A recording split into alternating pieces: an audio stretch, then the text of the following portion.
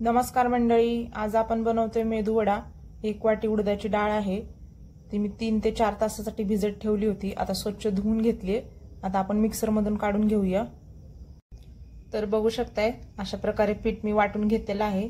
पाणी अजिबात घालायचं नाही आणि त्याच्यामध्ये मी बारीक असे खोबऱ्याचे तुकडे, जिरं घातलेलं आहे। आपण आता त्याच्यामध्ये मीठ घालूया आणि छान असे एकजीव करून घेऊ। तर बघू शकताय हाताने मी छान असं फेटून घेतलेलं आहे। तर असं झालेलं आहे माझं पीठ। तर तेल ठेवलेलं आहे तापायला। आम्ही गिलास घेतलेला आहे, त्याला पाणी लावले। आपण आता त्याच्यावरतीच वडे लावू आणि मग तेलात सोडूया। तर बघू शकताय असं गिलासावरती मी लावलेलं आहे। आता मी असंच तेलात सोडणार आहे।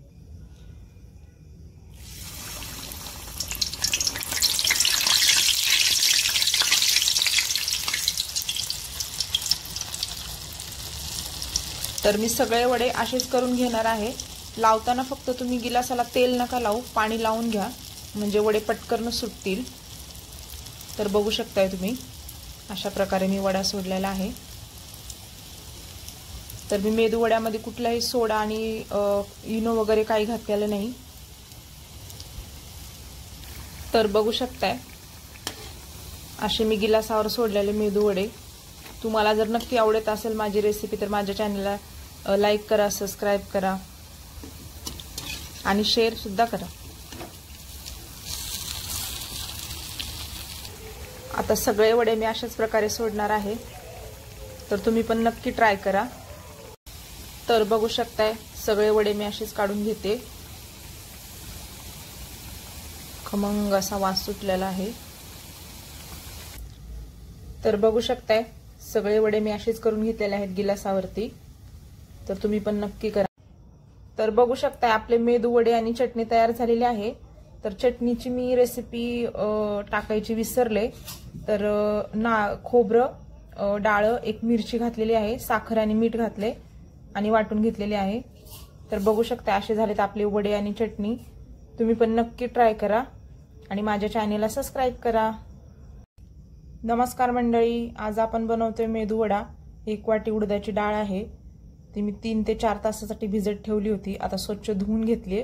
आता आपण मिक्सर मधून काढून घेऊया।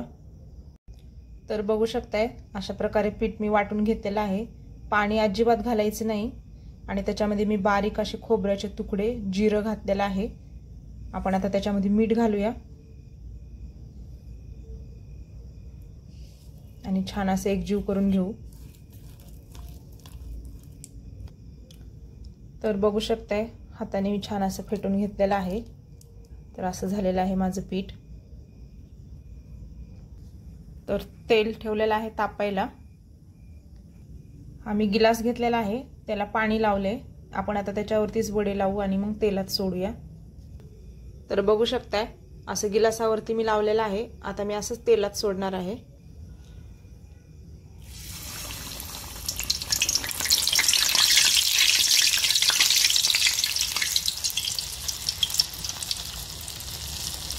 तर मी सगळे वडे असेच करून घेणार आहे।